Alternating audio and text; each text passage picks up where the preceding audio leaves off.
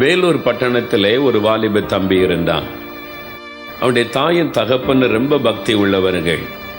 எப்பொழுதும் ஜபம் செய்வார்கள், ஆண்டவருக்கு பிரியமாய் வாழ்வார்கள். ஆனால் இந்த வாலிபன் வீட்டுக்கு பிரயோஜனம் இல்லாதவனாயிருந்தான். தனக்கே அவன் பிரயோஜனம் கிடையாது. மனம் போல அலைவான், நண்பர்களோடு ஃப்ரெண்ட்ஸோடு சேர்ந்து சுற்றுவான். கொஞ்சம் பாடல் பாடக்கூடிய, பாடல் எழுதக்கூடிய திறமை இருந்தது. அதை வைத்துக்கொண்டு சென்னைக்கு போய் சினிமா உலகத்தில் இருக்கிற பிரபலமான இசை அமைப்பாளர்கள், பாடகர்களோடு எப்படியோ அவனுக்கு ஒரு பழக்கம் கிடைத்தது. அதனால் அவன் செய்கிறதெல்லாம் என்ன தெரியுமா? அப்போது சென்னையில் சினிமா உலகத்தில் இருக்கிற இசை அமைப்பாளர்கள், பாடகர்களை அழைத்து கொண்டு வந்து பெரிய கூட்டம் நடத்தி அந்த பட்டணத்தையே சந்தோஷப்படுத்துவதை போல் அவன் நினைவு.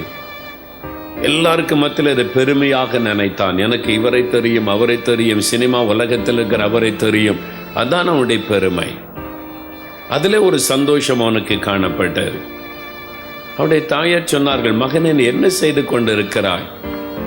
உன்னால் உனக்கு பிரயோஜனம் இல்லை, எங்கள் வீட்டுக்கும் பிரயோஜனம் இல்லை. ஒரு தவறான காரியத்தை நீ செய்து அதிலே சந்தோஷப்பட்டு கொண்டிருக்கிறாய். அதுதான் உனக்கு மகிழ்ச்சி என்று எண்ணிக்கொண்டிருக்கிறாய். அதல்ல, நீ ஆண்டவரை ஏற்றுக்கொள்ள வேண்டும் என்று இயேசுவை பற்றி சொன்னார்கள்.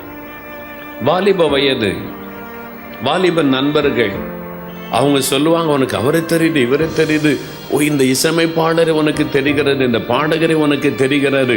அதை அவன் பெருமையாக எண்ணிக்கொண்டிருந்தான். எவ்வளோ ஒரு பெருமையான விஷயம்! அப்பா அம்மாவுக்கு ஒன்றும் தெரியவில்லை என்பதாக தாயினுடைய வார்த்தை, தகப்பனுடைய வார்த்தையை அவன் ஏற்றுக்கொள்ளுவதில்லை. வாலிப வயது, இளம் வயது, இப்போதான் சந்தோஷமா அப்படியே பெருமை. தெருவில் நடந்து போனா எல்லாரும் அவரை பார்த்து, இவனுக்கு அவரை தெரியும், இவரை தெரியும், அந்த பெருமை. ஒரு நாள் ஒரு கொடிய வியாதி தாக்கினர். அவருடைய தொண்டை பகுதியிலே ஒரு வியாதி அந்த வாலிபனை தாக்கினர்.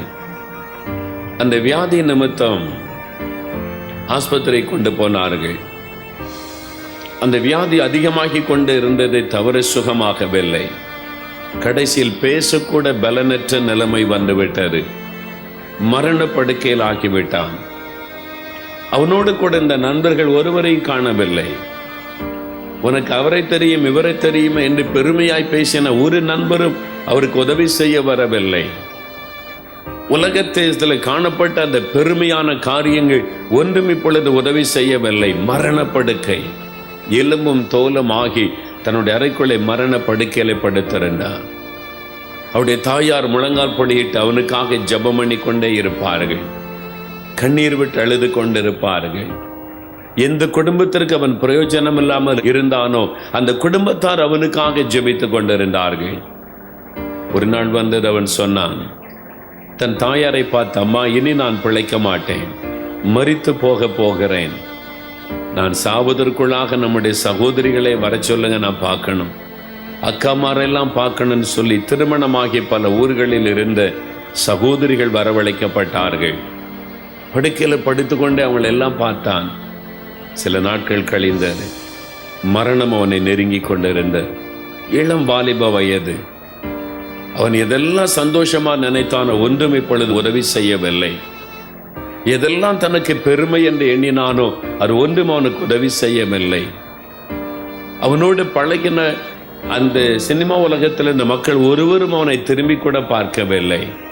வாழ்க்கையில ஏமாற்றம், தவறு செய்துட்டனே, தவறா நடந்துட்டனே, எதெல்லாம் தனக்கு சந்தோஷம் என்று எண்ணினானோ அதெல்லாம் என்னை கைவிட்டு விட்டது என்ற ஒரு மன வேதனையோடு அந்த படுக்கையில் அவன் இருக்கிறான். ஒரு நாள் அவன் தனித்து அந்த படுக்கையில் இருக்கும்போது தன்னுடைய வாழ்க்கை குறித்து யோசித்து பார்த்து உணர்வு அடைந்த பொழுது ஒரு ஆச்சரியமான ஒரு காரியம். இயேசு வந்து அந்த அறைக்குள்ளே பிரத்யட்சமாய் நின்றார். பிரத்யட்சமாய் இயேசு வந்து நின்றார். அவன் கிறிஸ்துவ குடும்பத்தில் பிறந்து வளர்ந்தவன், இயேசு என்பதை அறிந்து கொண்டான்.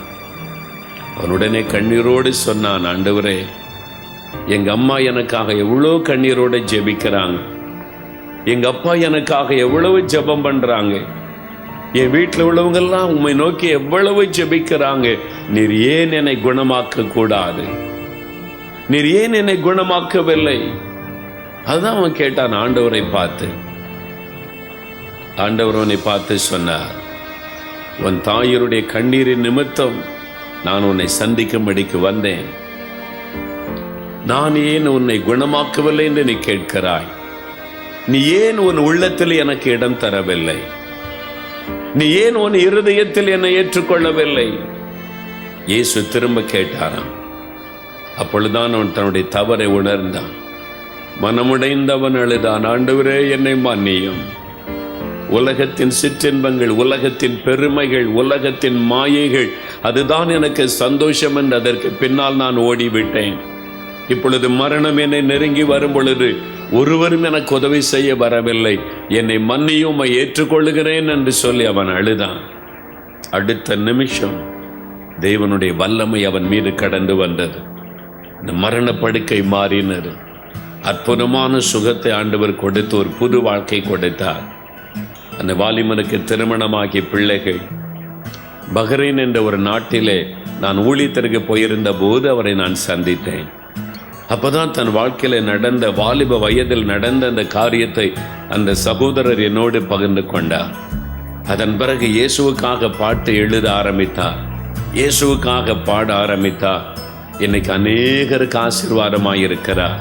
தன் குடும்பத்துக்கு ஆசீர்வாதம், தன்னுடைய திருச்சபைக்கு ஆசீர்வாதம், பலருக்கு ஆசீர்வாதமாய் தேவன் அவரை மாற்றிவிட்டார்.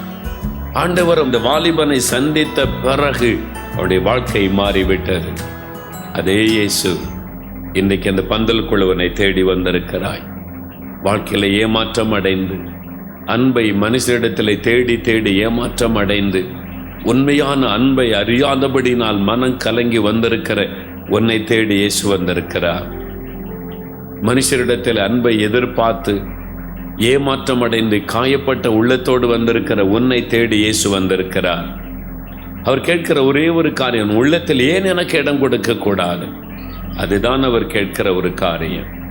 உடைய இருதயத்தை திறந்து கொடுத்தால் போதும், ஒரு அற்புதமான மாற்றத்தை அவர் தருவார்.